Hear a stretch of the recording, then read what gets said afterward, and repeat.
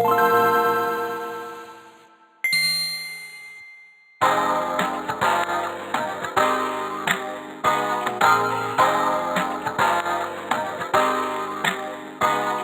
guys, welcome back to the Fanfic Reread Project. In this episode, we are going to be doing something a little different.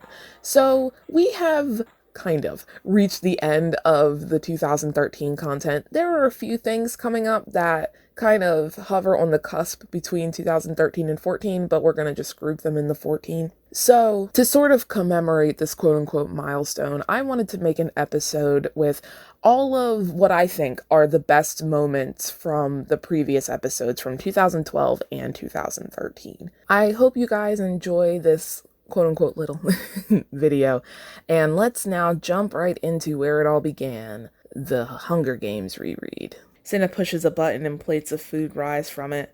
Duck and orange slices and noodles covered in a thick white sauce and rolls shaped like flowers. I try to imagine assembling a meal like this back home. We don't have wild duck, and buying one would be too expensive, so turkey would have to do. Orange is a delicacy only available in the capital, so I'd have to replace it with pomegranate seeds or apple. I'd have to trade 2 or 3 squirrels for the rolls and another turkey for decent noodles, and I haven't the slightest idea what the sauce is made of. It would take days, and it wouldn't even compare to what's in front of me. I wonder what it must be like to retrieve food at the push of a button. What would I do with all the time I spend looking for food if it were this easy to get? What do these people do all day? How despicable we must seem to you, Cinna says. It's as if he was reading my mind. And he's right, they're all ridiculous. Though he seems to be an exception, so far. More importantly, I find it very strange the way that I would change some of the foods in this to make it seem like it takes place in some place that isn't like North Carolina or wherever it is in Appalachia in the United States. But some other things I didn't change. Like the fact that she says like, oh, orange is a delicacy you can only get in the capital, which I'm pretty sure isn't in the book. But like that's kind of besides the point. Like she says that you can't get orange, so I'd have to place it with pomegranate or apple. But isn't she from Lazar? What kind of animals are native to Lazar? Do they even have turkeys on Essos? Like, this is what I mean. If you're going to do something like that, you need to go all the way with it. Like, I should have been looking up, like, the kind of foods that they were eating in, like, Marine and stuff. The kind of stuff that the Dothraki may have been eating when they were, sacking the Lazarene villages. Thinking about, like, what kind of stuff that they have there, if I could find out, and then applying that instead of just, like, oh, well, we can't have oranges because oranges only come from Dorne. So they're a delicacy you can quote unquote only get in the capital. Like, and then everything else is exactly the same, like something you would find in the central eastern United States. Apples, like, okay. Pete is in the hallway when I exit the elevator car. Something just comes over me when I see him. I slam him up against the wall. What was that out there? What are you doing? What are you doing? I can feel someone pulling me away. It's Hamish. What the hell is going on? Effie's here now, too. You know fighting is against the rules, right? I whip around to the both of them. I don't give a damn about the rules. He had no right. She's just worried about her boyfriend, Peeta sneers while rubbing his neck. Damn straight I am. You knew and you did it anyway. This exchange kind of doesn't make sense. If we're going along the assumption that the line that I wrote in where Peeta's like, it's not really my thing, is 100% like an admission of him not actually being into girls, then him sneering about Gail is not like him being like, oh, she doesn't care about her boyfriend. This should be read more as him being like, oh, she just doesn't care. Like, it's like sneering, but not in the way where he's like, oh yeah, she only cares about her guy friend. It's more along the lines of, I am making like bigger moves that matter more than our personal lives, and this dumb this dumb is up here talking about, oh, my boyfriend, you know, which would be nice foreshadowing. But it's hard to tell what exactly is supposed to be going on here, if that's just more of the crush stuff seeping in, or if it's meant to be read the other way. I genuinely don't know. So anyway, the skies turn to soft indigo when I arrive back at the grove. It's too early to sleep, so I wander around. It really is beautiful. I end up on the opposite side from where my tree is. This side has a different feeling. The silvery trees dominate, and the place seems cast in a bluish light even before the moon has risen. The midnight black trees are more abundant here too, like shadows cast against the lighter ones. A stream runs through this side too, except it's a dark red color. Wait, that can't be right. I follow the stream up until I reach what might be the strangest tree I've ever seen. The bark is white as milk, the leaves red as blood. The wood is weathered and marked, the holes and scars filled with sap, making it look as though it's bleeding. Slightly upstream, the water is clear, reflecting the purple-blue sky. That must be what's staining the water on this side. Alright, so let's pause right here because some shit's about to go down. So, like I said, if I had included this one tree, y'all would have been like, all right. And even that would have been too on the nose, you know? Like, to be honest, if I had to choose a tree, the ironwood wasn't a bad choice to just kind of be like, yeah, this is Planetos, boom, look at that. There it is. However, of course, geographically, it makes no sense. Weirwoods don't seem to grow outside of Westeros. I think what bothers me the most about this not magical, but like the mysterious grove of Technicolor trees is just that it's too much. We've had so many like much more subtle and I think much more successful hints that this takes place on Planetos using like geography and being vague about it, that you don't need to also throw in the most iconic image of A Song of Ice and Fire besides like direwolves. And the other thing that bothers me about it is the implications, because basically none of these trees are native to Essos except I guess the Shade of the Evening trees and maybe these silver ones, whatever the fuck they're supposed to be. So it makes you wonder, why is this here? Who planted these? Can you even plant a weirwood tree? And that's why I think you could get away with that one, because as far as we know, I don't even know if you can plant a weirwood, so clearly it would have just been there. But having a grouping of all of these trees in one place implies intention, and that's kind of weird. The game makers did not say, I think it would be cool if we took a bunch of exotic trees and just put them in one grove in the woods. Wouldn't that just be like the shit? And then someone comes in there, the aesthetic. Like, that doesn't make any sense to me. So clearly it's something that I do that has no Watsonian justification. And that bothers me too, because if you want something to make sense, it has to make sense in universe. I guess it's whatever. Now, like, to be honest, within the bounds of the story, it really doesn't bother me that much. It's just like standing back from a writing standpoint. It's like, why did you do this? But let's keep going. The tree was spectacular up close. He'd only ever seen them in paintings and photographs. Now they have photographs. Look at this graph. Now that he was finally unoccupied, he turned back to his thoughts. His mother had been in a strange mood since they had returned from the hunt yesterday. The life seemed to have been pulled out of her. She was in tears when they had gotten the news about Bran. He knew she was fond of the Stark children, even the bastard, but it seemed absurd. I think what's absurd is the fact that Cersei is apparently fond of Jon. This is that new Cersei, that different Cersei. The Bran dream chapter was interesting in theory, but in practice, Bran seeing all of these symbols and just being like, what does that mean? It's kind of like, really? Even though he's a 10-year-old boy and it makes sense that he might not get everything, after a while you get tired of him constantly being like, how did that fish get there? That fish is from the south. And it's like, Bran, just stop lampshading it. I don't know, the third woman said. We could get a horse like that if we want. He caught the hungry look in her eyes under her shaggy white blonde hair. He didn't like these people a bit. It didn't seem forestmen or lumberers or even northerners at all. They had heavy accents that he didn't recognize. He wondered where these people had come from. Bran, leave. Not now, Maester. I'll see it later. It's for Lord Theon. Theon looked up. What does it say? Who is it from? It's a request for your presence on Dragonstone, my lord. From Lord Baratheon? Robb asked him. The maester shook his head. That's just it, my lord. We don't know who it's from. It came with a man riding a labor in pitch-black armor. He gave us no name. He didn't say a thing except that it was for Lord Theon. He and Robb looked at each other, then back at the maester. Why, if I hadn't held the paper in my own hands, I think I was losing my mind, my lord. What? That part of the chapter seems really out of place because it's like this whole conversation about like, he has this letter. Well, who's it from? Oh, is it from Stannis? No. Well, then who? Also, I mean, Melisandre is like a stunt queen. Like, what the fuck? Why would she send a dude in black armor on a black lizard horse to do that? Like, why? Why can't she just send a raven like a normal person? Anyway.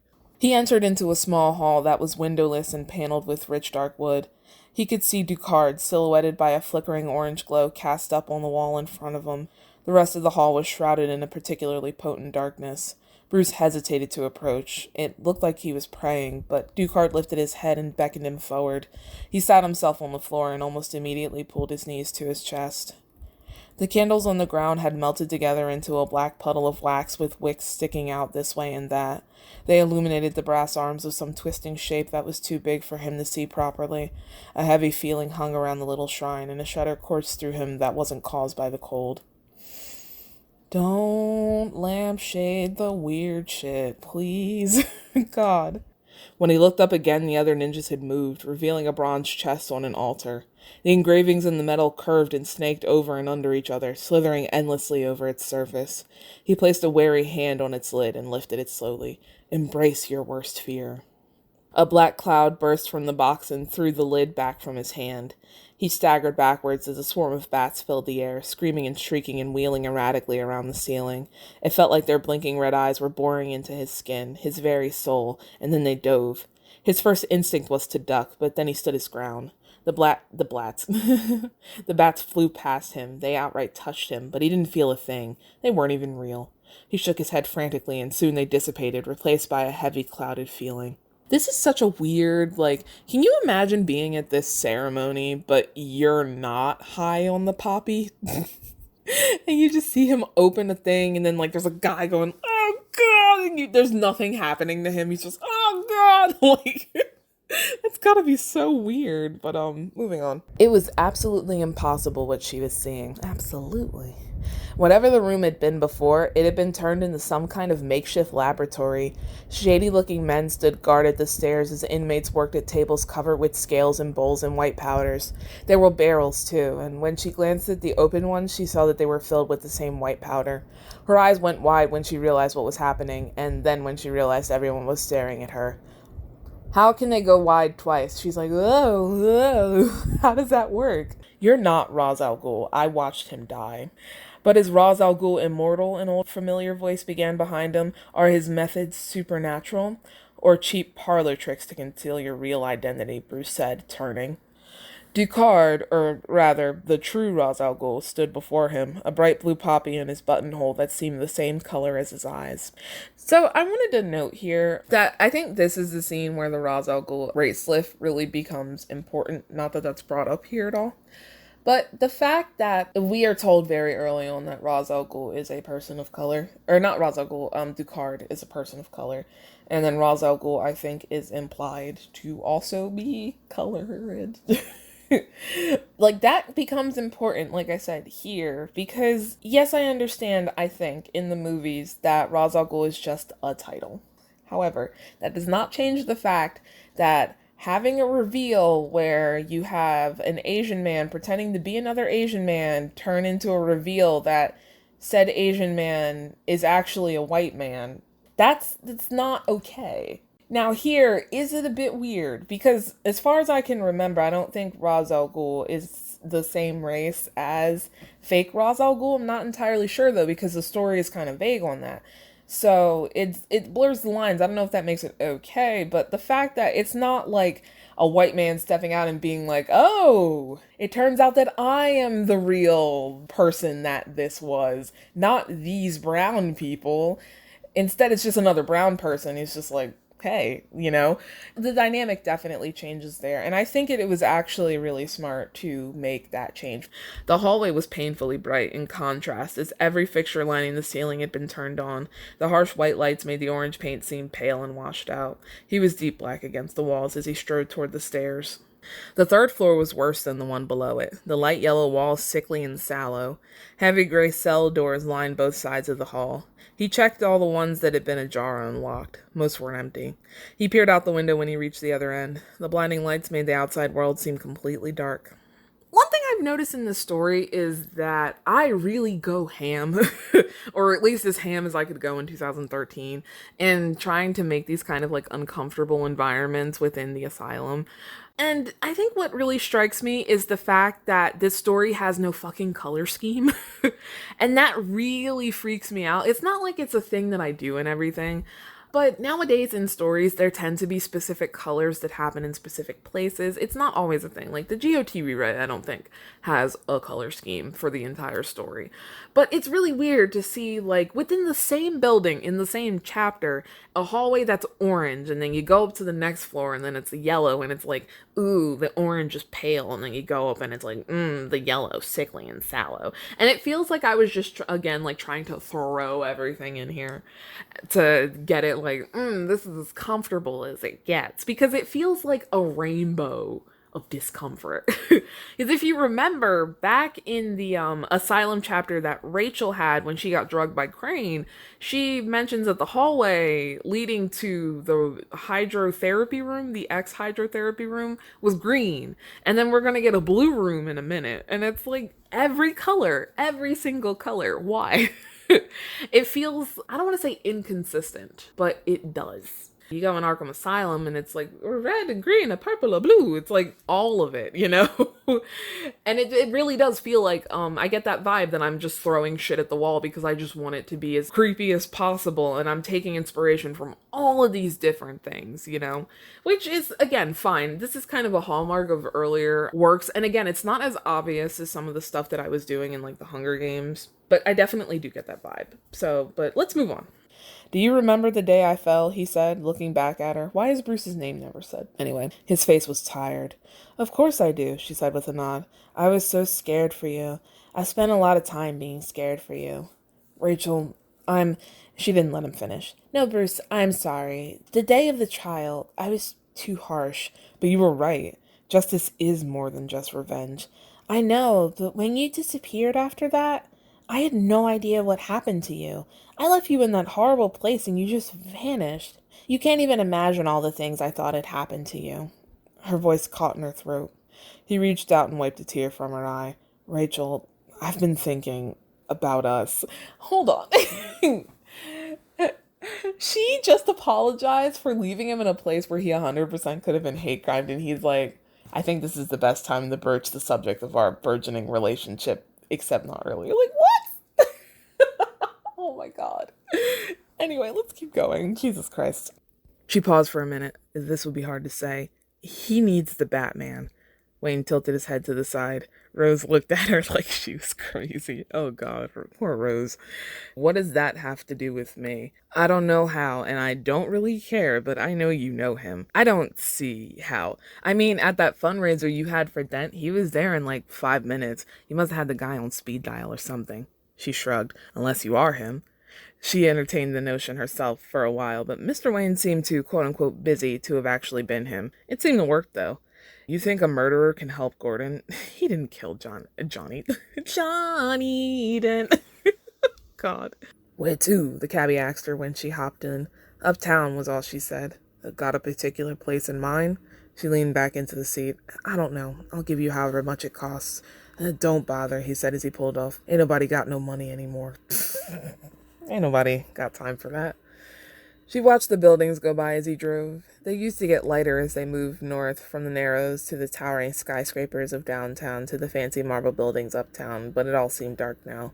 As he drove, she saw a large group of people outside some hotel. Damn, she heard him mutter. They got another one. The Narrows was never this bad. He let out a whistle. Baby girl, this whole town is the Narrows now. She couldn't help but agree.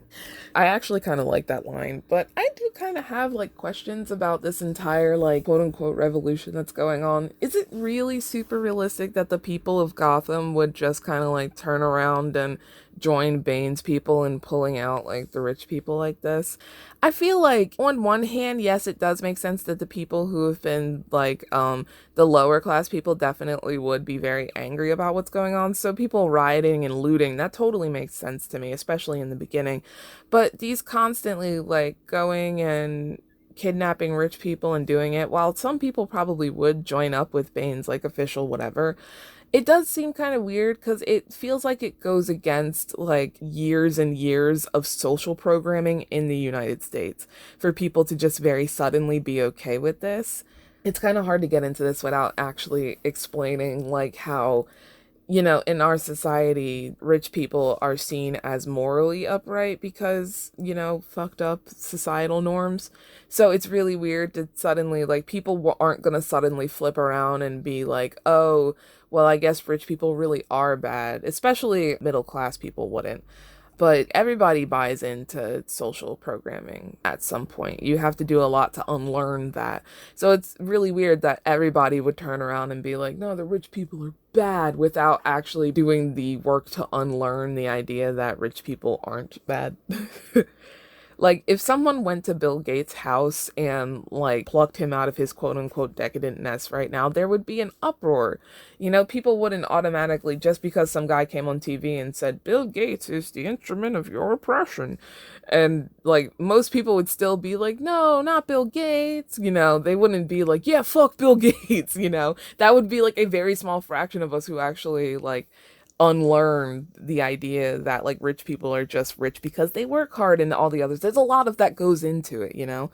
So it's very strange to me that this is the way things are going, as if everybody here just needed to have like the little like wool pulled off of their eyes and they suddenly realize like, oh, that's what it is. It feels very two-dimensional. But also like this is happening for the sake of the plot, you know? She knew that when the booze ran dry, they'd probably burn down everything that was passing by her window. She suddenly got an idea. You know the Natural History Museum? Of course, he said. Take me there. How much booze do they not have in Gotham City that they would eventually... I guess they would, because no one's, like, bringing it back in.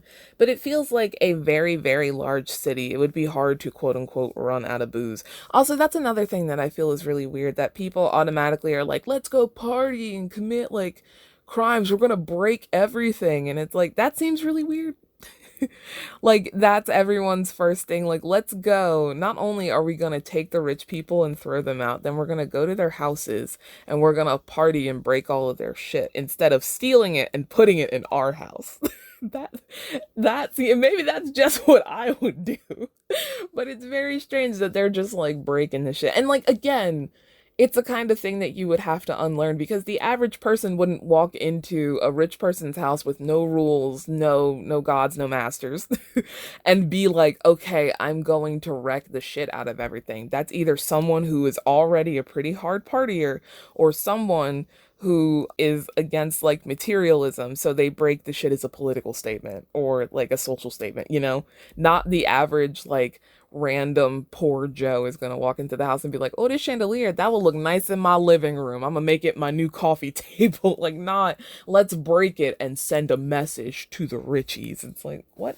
But moving on. He moved again, listening for a signal. As soon as he heard gunshots at the door, he was on his feet. He grabbed his own weapon and moved for the stairs. There has to be a more elegant way for all of these people to get themselves together rather than, we're gonna put him in the attic, and when you hear some shit going down, that means the shit's going down, kid, so come downstairs. Like, what? Couldn't even, like, text him? I mean, he doesn't have a phone, clearly, but, like, get him a phone. Text him. We here. Like, what the fuck? Anyway. I just have so many questions about Bane being like, oh yeah, we gave away everything that we didn't need, but then he has like crystal pitchers, and it's like, well, why do you still have those though?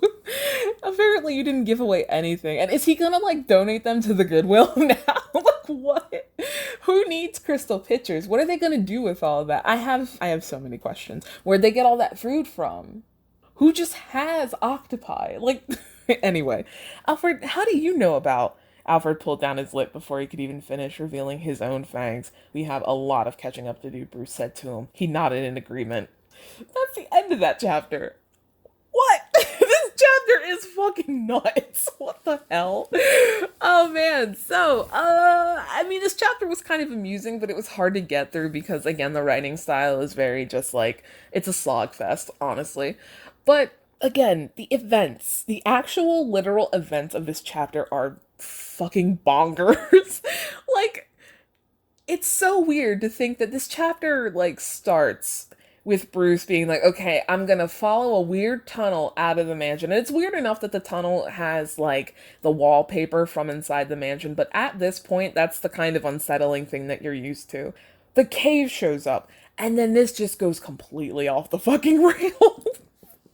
All that said, it is interesting to see how different the North became later down the line versus this version, where all of the characters' reactions are pretty close to exactly what happened in the book, barring Theon's reaction. Theon has a much more subdued sort of reaction to the wolf instead of like, it's a freak and gotta kill the pups and like all that stuff. Jory told of the Battle of the Oh God, excuse me. So I didn't rename this place, but it's the Tower of Joy, but that blank keeps throwing me off, so my brain is just like the Tower of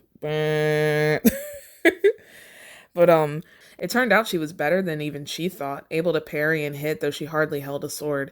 He was better, though, since he had real practice. She tried to thrust her sword at him, but he caught it and swung it out of the way, hitting his stick against her hand after. Ow! She cried out, dropping her stick. She shook her hand as redness bloomed across her skin. Sorry, mate, didn't mean to do all that. I can't not read that line that way. It is the most, like, British line of anything that's written here. Sorry, mate, didn't mean to do all that. But anyway, let's keep going. It didn't seem like he was mad at her, she thought as she mounted her mare. That was alright then, but she knew it would be all hell back at the castle once they caught sight of him. All hell. I read that weird. The clatter of silverware on china was the only thing that reverberated off of the stony walls of the small hall, and clinking... Sorry. Small hall. Like, good lord, that's hard to say. Clearly this moment is meant to mimic the moment in the show where Peter tells Sansa about Sandor's backstory.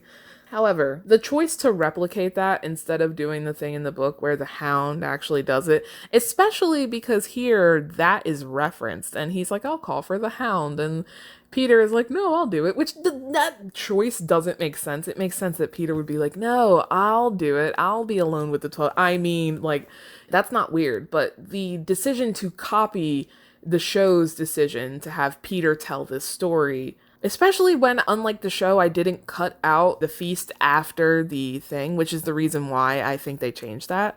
It's really weird because it doesn't make as much sense for Peter to tell Sansa this story. I just don't get you sometimes, he laughed out, and then he pecked him on the cheek. Cut that out, Steve said, waving him away and looking warily toward the street. No one paid them any mind. Come on, you. Bucky took him by the arm and pulled him toward the road. It's weird that Steve glances out to the street to make sure no one's watching. Like, in isolation, totally fine. It makes sense. It's the 1940s. Who knows what would have happened? There is a man on the ground. Don't you think you should be a little bit more worried about him? The guy who's literally laying right next to you. Is he that out cold? Did Buggy murder him? Like, Jesus.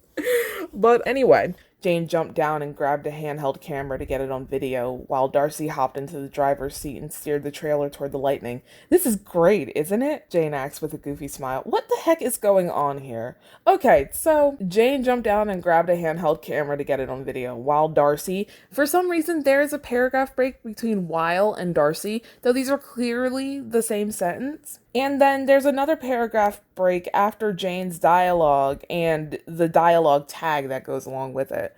It's so confusing. Like, what? Why is that like that? Was I, like, about to edit that out or something? I have no idea what's going on there. But Jane asks this question with a goofy smile plastered on her face as they sped toward the whatever it is. Wait, you're seeing this too, right? I'm not crazy?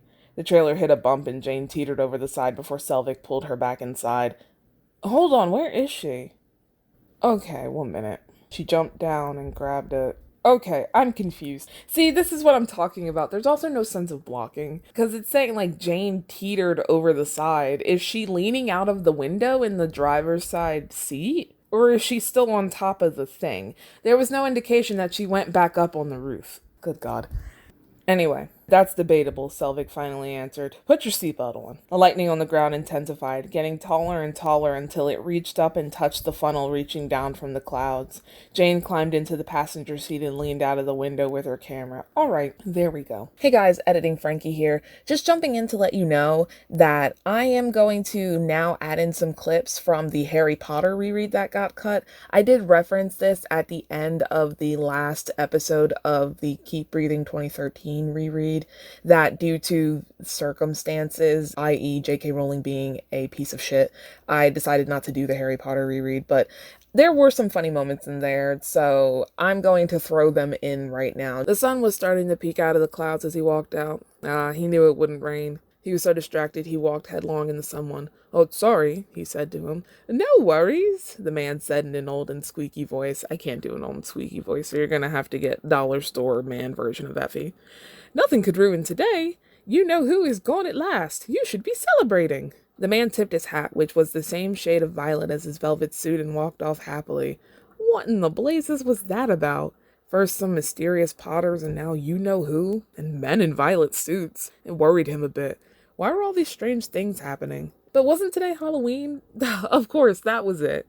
He always did hate this day. People wore the strangest things. When people go out on Halloween in their violet suits. How much of a basic bitch do you have to be to not realize that just a violet suit made of velvet is not a Halloween costume? Like, I know nowadays we have Halloween costumes that are basically suits, but even those suits that have like prints on them that are just like completely outrageous, like a bunch of tacos or something like that, it's not just violet and made of velvet.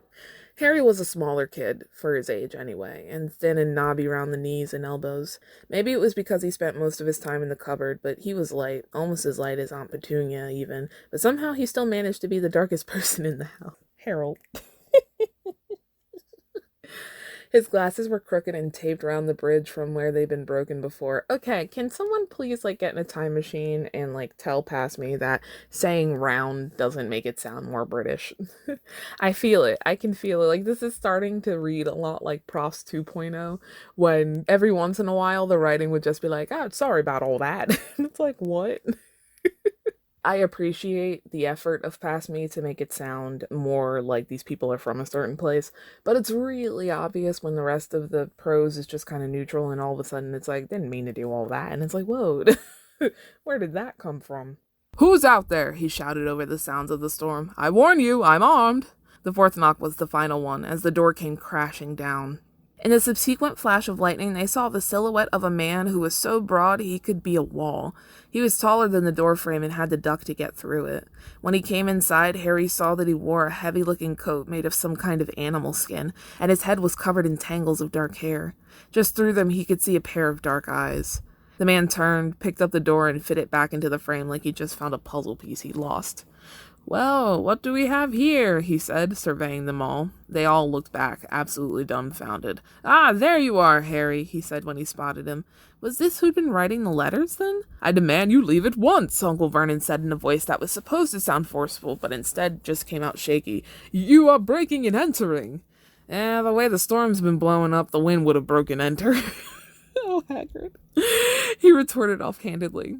The man chuckled. "It's true, I haven't introduced myself. I'm Rubeus Hagrid, keeper of the keys and grounds at Hogwarts." Harry jumped to his feet. "Really?" It hit him all at once. The coat of arms on the seal, the letters, all the strange things that had happened to him before, the fact that his uncle had been deliberately trying to keep him from going. And suddenly Harry was angry. "You knew!" he accused his uncle. The sound of it seemed to rouse Uncle Vernon from his fear. "Now, you listen here. You knew and you never told me!" This seemed to be news to Hagrid, who turned on the Dursleys in a second. "What's this?" Aunt Petunia's eyes widened. "Knew? Of course we knew. How could you not be, my dreaded sister being what she was? How do you know about that place?" she spat. "Everyone knows about that place," Harry shouted back. "It's a good thing, too. One of my friends is going there as well." Uncle Vernon grimaced. "You don't have friends." "How would you know?" Harry said, narrowing his eyes. "I could have a wife and 3 children. It's not like you'd notice." Oh, we stand the king of clownery. And that was 2012 and 13. Thank you guys for sticking around if you actually did stick around for all of this stuff. Now we will be moving on to 2014, which was kind of a formative year. Hopefully the quality of these stories will just keep going up during this year. I do know that we have some special rereads coming up during 2014 where the quality is going to shoot into the sky before dramatically falling back down like a meteor, but we'll talk about that when we get to that. So anyway, if you like this episode, like it on the YouTubes, subscribe to the channel, and you'll be updated on when the next episode comes out, or whatever the new episode is when you are watching this.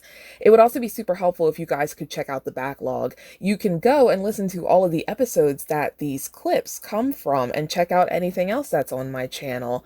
So the next episode, I think, is the second draft of my Hunger Games fanfic, so I will see you for that. Bye!